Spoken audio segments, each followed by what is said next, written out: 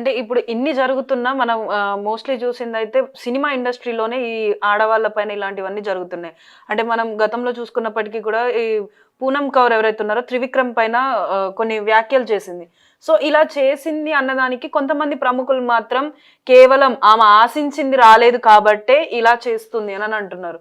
So, కొంచెం fame రాగానే ఇప్పుడు డైరెక్టర్స్ అయినా, ప్రొడ్యూసర్స్ అయినా ఇలా ఆడవాళ్ళని ఒక వస్తువు కిందనో లేకపోతే వాళ్ళకి నోటికొచ్చినట్టు మాట్లాడుతున్నారు. సో, ఇది ఎంతవరకు కరెక్ట్ అంటారు? మనకి ఇది అలవాటండి.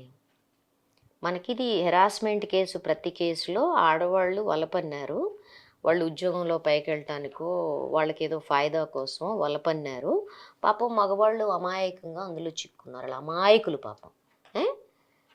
ఈ ఆడవాళ్ళు మాత్రం మెట్లెక్కటానికి అవకాశాల కోసం వాళ్ళ శరీరాలు వాడేసుకునే జాణలన్నమాట. అందుకని ఈ మగ అమాయకులందరూ ఇట్లాంటి వ్యాఖ్యలు చేస్తారనమాట. డిస్గస్టింగ్.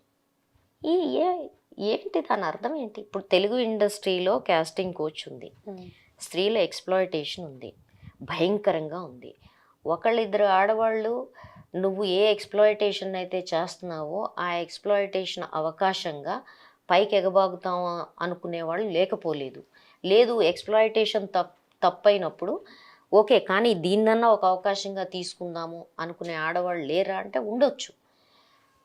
కానీ నీ శరీరాన్ని ఫణం పెడితే తప్ప నువ్వు నిలబడలేవు అనే స్థితి వచ్చిన తర్వాత నువ్వు వాడుకున్నావని చేసే ఎలిగేషన్ చేయడానికి నీకేం హక్కు ఉంది?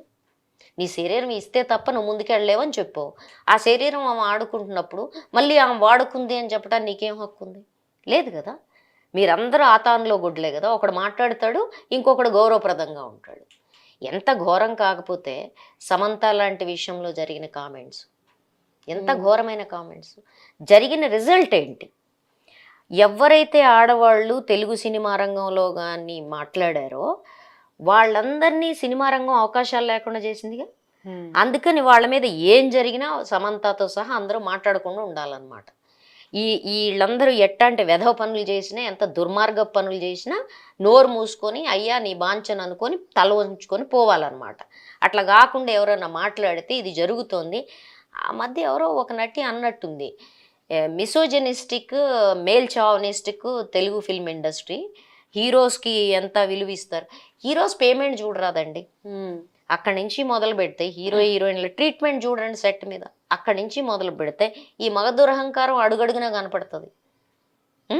కాబట్టి కామెంట్స్ చేస్తే మీరు ఆడవాళ్ళని, ఇట్స్ ఎ రిఫ్లెక్షన్. మీరు ఆడవాళ్ళ పట్ల మీకు మనసులో ఉండే అభిప్రాయాలు ఏవైతే ఉన్నాయో ఇవి రిఫ్లెక్షను. ఈ రిఫ్లెక్షను మన ప్రేక్షకుల మనసులో కూడా ఉంది. తెలుగు సినిమా ఇండస్ట్రీలో కానీ ఏ సినిమా ఇండస్ట్రీలో ఆడవాళ్ళని గ్లామరస్ తారలుగా చూస్తుంటే చూడొచ్చు, కానీ గౌరవిస్తారా అనేది ఒక ప్రశ్న. Do they respect her as a women అనేది ఒక ప్రశ్న, నాకు పెద్ద ప్రశ్న. పైకి ఏమన్నా మాట్లాడండి, హిపోక్రసీ ఏంటంటే సినిమా రంగంలో కూడా ఎంతమంది నటీమణుల్ని గౌరవిస్తారు? స్మితా పాటిల్, సుమరాజ్మి, ఒక రేవతి, ఇట్లా చెప్పుకుంటా పోతే అద్భుతమైన నటులు మనకు తెలుగు సినిమా రంగంలో ఉన్నారు. నటుల్ని ఎంతమంది గౌరవిస్తారు? హీరోయిన్లు శరీరాల వెనకాల పరిగెట్టడం తప్ప. దట్ ఇట్ సెల్ఫ్ షోస్ నీ మగ దృష్టి ఎక్కడుంది, నీ మగ దృష్టి దేన్ని పోషిస్తోంది, నీ నీచమైన మురుగు కాల్వ మెదడు ఏదైతే ఉందో అది ఎంత గబ్బు కొడుతోంది అనడానికి ఇవన్నీ నిదర్శనాలు. అప్పుడప్పుడు ఆ వాసన గబ్బున అది తీస్తాం కదా, సెప్టిక్ ట్యాంక్ తీస్తే వాసన వచ్చినట్టు అప్పుడప్పుడు పబ్లిక్ ప్లేసుల్లో ఈ వాసనలు వస్తుంటాయి. అంతే తప్ప నీ మెదడులో ఉంది సెప్టిక్ ట్యాంకే. అంతవరకు నీ సినిమాల్లో రిఫ్లెక్ట్ అవుతోంది, నీ ప్రవర్తనలో రిఫ్లెక్ట్ అవుతోంది. The way you treat women in industry దాంట్లో రిఫ్లెక్ట్ అవుతుంది. For more videos like this, subscribe Big TV channel.